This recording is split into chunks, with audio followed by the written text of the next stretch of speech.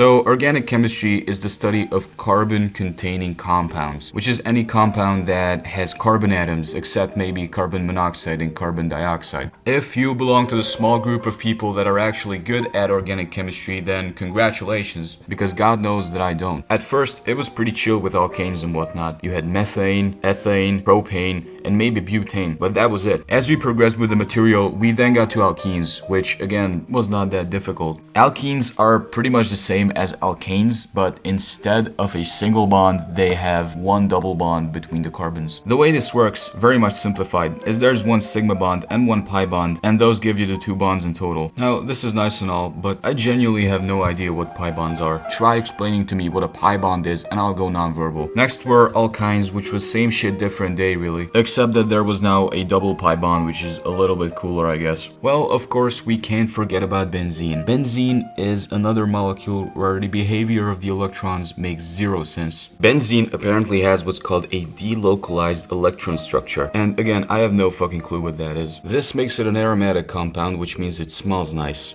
I think. Now, all the molecules I've talked about so far have been hydrocarbons, which means they only have carbon and hydrogen atoms. Unfortunately, we can't just stop at hydrocarbons and call it a day, because there are compounds out there which are much more complicated. Enter functional groups. Now, again, I'm really just talking out of my ass here and oversimplifying, but functional groups are basically the part of a molecule that give it its main characteristics. There are a lot of functional groups out there, so I'm not really gonna go into them in this video, but let me know if you guys want a part 2. You know, when I was in my freshman year, I thought to myself, maybe if I focus hard on chemistry and biology and I actually lock in, maybe one day I could become a doctor. But after a year of trying to learn organic chemistry, I've realized that that's probably not going to happen. And more importantly, that the world is probably better off that way. Please smash the like button and subscribe.